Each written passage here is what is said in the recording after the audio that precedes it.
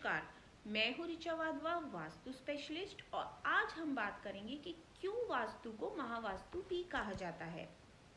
लेकिन उसके पहले जिन्होंने मेरे वीडियो को अभी तक सब्सक्राइब नहीं किया है, फटाफट मेरे वीडियो को सब्सक्राइब कर लीजिए। और अगर मेरी वीडियो अच्छी लगी तो अंत में उसे लाइक करना ना भूलिएगा। देखिए, वास्तु एक बहुत बड़ी विद्या है, बहुत बड़ा ज्ञान है, बहुत बड़ा शास्त्र है। साथ ही में ज्योतिष बहुत बड़ी विद्या है, बहुत बड़ा ज्ञान है और बहुत बड़ा शास्त्र है।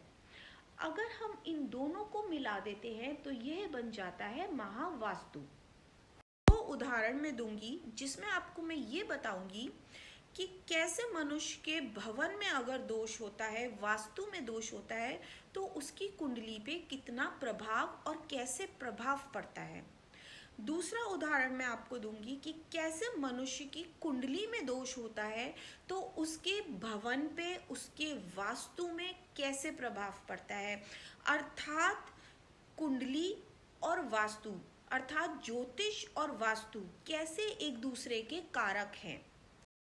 पहला उदाहरण जिसमें कैसे वास्तु दोष का आपकी कुंडली पे प्रभाव पड़ता है। देखिए, अगर आपकी एंट्रेंस साउथ वेस्ट की 180 डिग्री से 245 डिग्री की है तो यकीनन आपको राजपाट होते हुए भी कर्जा लेना पड़ेगा। स्थिति आपकी ऐसी आ जाएगी कि आपकी कुंडली में राजपाट योग होगा जिसमें भरपूर पैसे होते हैं, एक किंगडम वाला जो योग होता है जिसमें रिहायशी योग होता है, उसके बावजूद भी आपको कर्जा लेने की स्थिति आ जाएगी। ये स्थिति उत्पन्न होती है वास्तु दोष से, जो कि आपकी कुंडली पे भी प्रभाव डालती है। दूसरा उदाहरण जिसमें मैं आपको ये बताऊंगी कि कैसे आपकी कुंडली में दोष होता है जिसकी वजह से आपके भवन पे भी दोष आ जाता है, उसका प्रभाव आपके वास्तु पे पड़ता है। मान लीजिए अगर आपका केतु दूसरे घर में है, अर्थात फैमिली के किसी भी मेंबर का, किसी भी जातक का केतु अगर दूसरे घर में है तो ऐसा जातक कभी भी घर में, फैमिली में इकट्ठा जॉइंट होके रहना नहीं पसंद करेगा।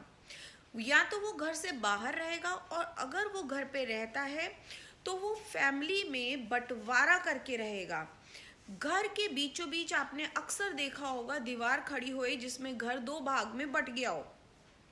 तो जब भी घर में बीचों बीच दीवार खड़ी होती है जिसमें परिवार दो भाग में बट जाता है, अर्थात ब्रह्म स्थान पे जब दीवार आ जाती है तो वो एक दोष उत्पन्न होता है, वास्तु दोष उत्पन्न होता है। ब्रह्म स्थान पे वास्तु पुरुष की नाभि होती है, और नाभि पे, पेट पे कभी भी भारी निर्माण नहीं करना चाहिए। यदि आप ऐसा करते हैं तो ये एक मेजर वास्तु दोष की श्रेणी में आता है।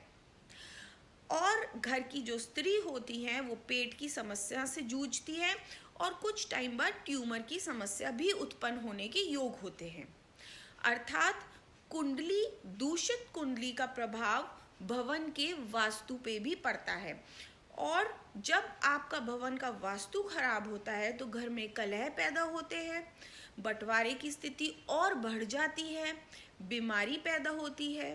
तो ये स्थिति उत्पन्न ना हो, इससे बेहतर है कि कुंडली यानी कि ज्योतिष और वास्तु दोनों में सुधार लाया जाए। इसीलिए यदि मनुष्य अपना भवन वास्तु अनुकूल बनवाता है और अपनी कुंडली में भी सुधार लाने का प्रयास करता है तो कैसे उसको सुख, संपदा और सेहत की प्राप्ति नहीं होती। 100% उसको सुख, संपदा और सेहत की प्राप्ति होगी।